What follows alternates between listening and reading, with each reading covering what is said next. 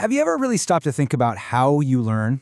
Not just what you learn, but how the physical structure of your brain actually changes when you pick up a new skill or remember a face? Well, we're going to dive deep into that today, exploring a beautifully simple rule that explains how your brain is constantly rewiring itself. It's called Hebbian theory. And honestly, this is it. This one sentence is the key. It's probably one of the most famous sayings in all of neuroscience, and for a really good reason. If you can truly get your head around this single idea, you're most of the way to understanding that learning isn't some abstract, magical thing. Nope, it's a physical process happening inside your skull right now. So where did this game-changing insight come from? For that, we need to meet our protagonist, a Canadian psychologist named Donald Hebb. You have to remember, back in the 1940s, scientists were kind of stumped. They knew learning happened, obviously, but they had no clue about the actual mechanism. And Hebb, he was about to crack the case. So in 1949, Hebb drops his huge book, The Organization of Behavior. And tucked inside was this incredibly elegant rule. He basically proposed a way our brain cells, our neurons, could change and adapt as we learn. It was so powerful that it became a cornerstone for neuroscience and, as we'll see, for the future of artificial intelligence. Okay, I know. The official definition sounds a little dense, but let's just tear it apart, because the idea itself is so simple. The presynaptic cell is just the neuron that's sending the signal. The postsynaptic cell is the one catching it. All Hebb said was, look, if neuron A keeps helping neuron B to fire, the connection between them, that's the synapse, it just gets stronger. That's the whole thing. So simple, but absolutely revolutionary. The best way to think about it is like trying to walk through a forest where there's no path. The first time, it's a real struggle, right? You're pushing branches aside, it's slow, it's hard work. But what happens if you take that exact same route every single day? Well, you start to wear down a path. And pretty soon, that path is clear, it's fast, it's efficient. That is exactly what's going on between your neurons. The more they chat, the better they get at it.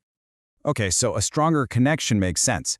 But how do we get from that to something as incredibly complex as a memory? Well, it turns out this very principle is how your brain builds the physical architecture for basically everything you know. You see, Hebb's rule is the engine that drives something called synaptic plasticity, which is just a fancy way of saying your brain can be molded and shaped by your experiences. So when you learn something new, say the smell of coffee, a whole bunch of neurons fire together. Do that enough times, and those neurons form a team, what Hebb called a cell assembly. And the physical pattern of that specific network, that is the memory. It's called an engram. Now here's where things get really wild. This idea was so good, so fundamental, that it jumped right out of biology. Decades after Hebb first proposed it, the folks pioneering artificial intelligence had a light bulb moment. They realized they could use this same exact rule to teach machines. And the parallel is just perfect. In your brain, you've got synapses connecting neurons. In an AI, you have weights connecting nodes. In our brains, connections get stronger when neurons fire together. And in the AI, the weights increase when nodes activate together. It's the same principle. This became the foundation for what's called unsupervised learning, where a machine can learn to spot patterns all by itself, kind of like our brains do. Okay, but wait a second. Let's think this through. If connections only get stronger and stronger every single time they're used, wouldn't that just create a runaway train? A crazy feedback loop where everything just maxes out? What's the brake pedal here? And that is a huge problem. It's called the instability problem. The simplest fire together, wire together rule is a positive feedback loop that would just amplify itself into chaos. So, and this is crucial, both our brains and modern AI need other rules in the mix. Rules that can weaken connections or put a cap on how strong they can get, just to keep the whole system stable and balanced. All right, let's look at one of the coolest, most mind-bending examples of this theory playing out in the real world. The amazing and kind of mysterious mirror neurons. These are the brain cells that are thought to be the key to things like empathy and imitation. So what is a mirror neuron? Well, it's a brain cell that fires when you do something, like reaching for a drink. But, and here's the crazy part, that exact same neuron also fires when you just watch someone else reach for a drink. Which begs the question, how on earth does one neuron learn to do two such different things? Hebb's rule gives us this beautiful step-by-step answer. Think about it. Every time you pick up that cup, two things are happening simultaneously. Your motor neurons are firing to make the movement, and your sensory neurons are firing because you see and feel yourself doing it. They are firing together, over and over and over. So what happens? They wire together. Eventually, that connection gets so strong that just seeing the action is enough to trigger the motor neuron. Boom! A mirror neuron is born. And this isn't just a neat theory. We can actually see it happen. Take someone who's never played piano. If you play them some music, only the hearing parts of their brain light up. But give them just 5 hours of piano lessons, where they are constantly connecting the action of pressing a key with the sound of the note, and something incredible happens. Now, just listening to piano music is enough to activate the motor regions of their brain. They've literally wired the sound to the action.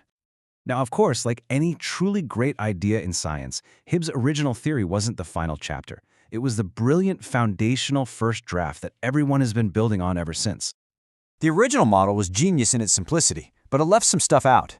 It mostly focused on excitatory or go signals and didn't really have a place for inhibitory or stop signals. And we now know that the precise timing of neuron firing is super important, which the basic model didn't account for. But here's the thing. The core concept is more alive today than ever.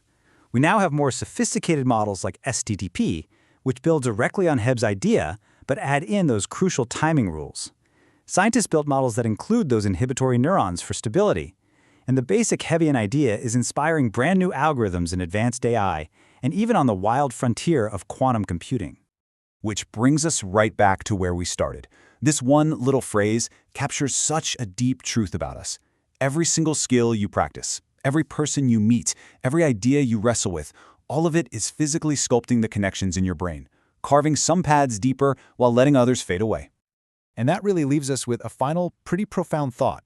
Your brain isn't some fixed thing you were born with. It's a living, breathing, dynamic network that is being actively rewired by what you do, what you think, and what you pay attention to every single moment.